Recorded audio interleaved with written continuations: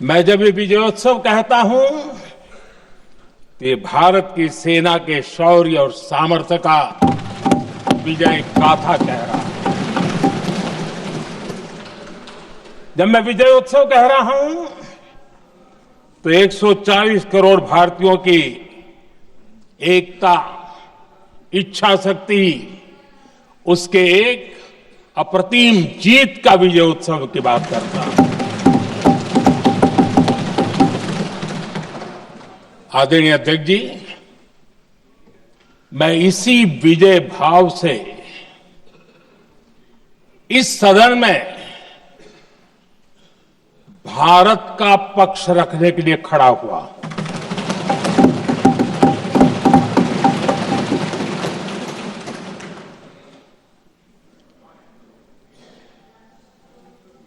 और जिन्हें भारत का पक्ष नहीं दिखता है, उन्हें मैं आईना दिखाने के लिए खड़ा हुआ।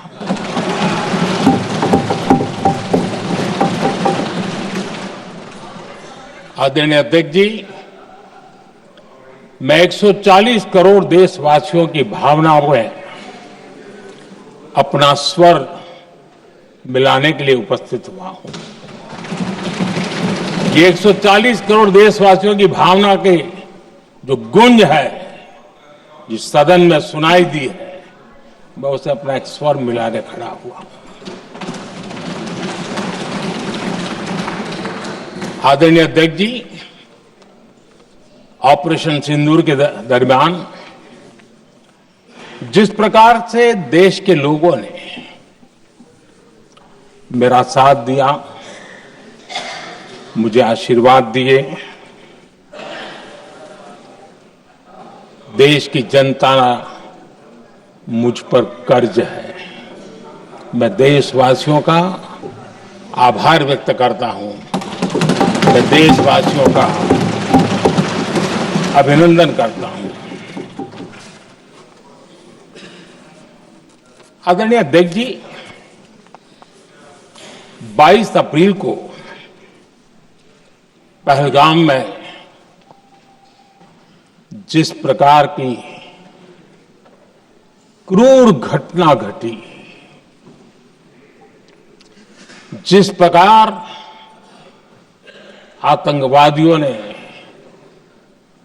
निर्दोष लोगों को उनका धर्म पूछ पूछ करके गोलियां मारी, ये क्रूरता की पराकाष्ठा थी। भारत को हिंसा की आग में झोंकने का ये सुविचारित प्रयास था।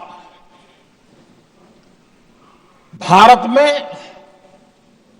दंगे फैलाने की ये साजिश थी।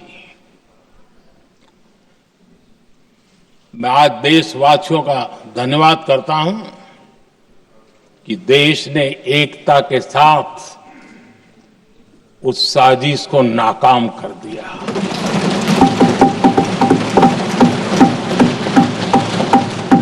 आदरणीय अध्यक्ष जी, 22 अप्रैल के बाद मैंने एक सार्वजनिक रूप से,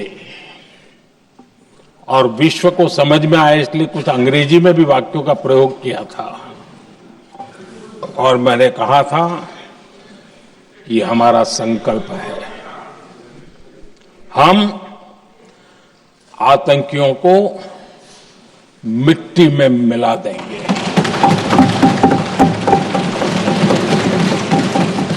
और मैंने सार्वजनिक रूप से कहा था, सजा उनके आकाओं को भी होगी और कल्पना से भी बड़ी सजा मिलेगी।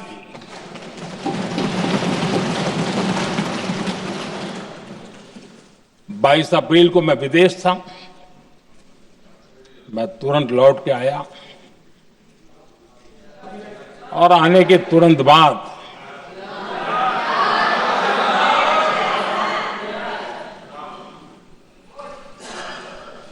मैंने एक बैठक बुलाई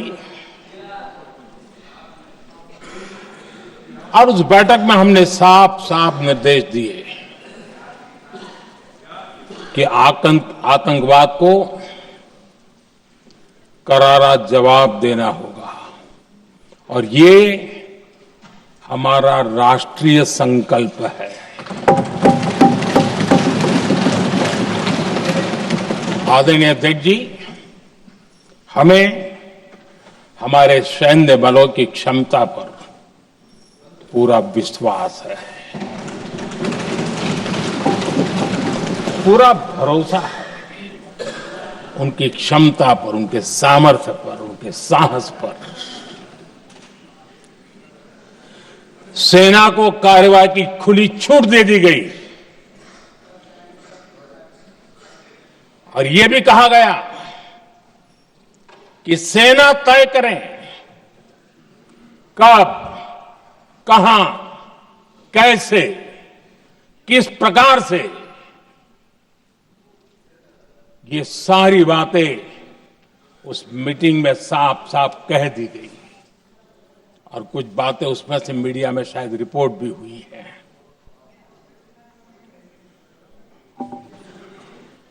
हमें गर्व है आतंकियों को वो सजा दी और सजा ऐसी है कि आज भी आतंक के उन आकाओं की नींद उड़ी हुई है।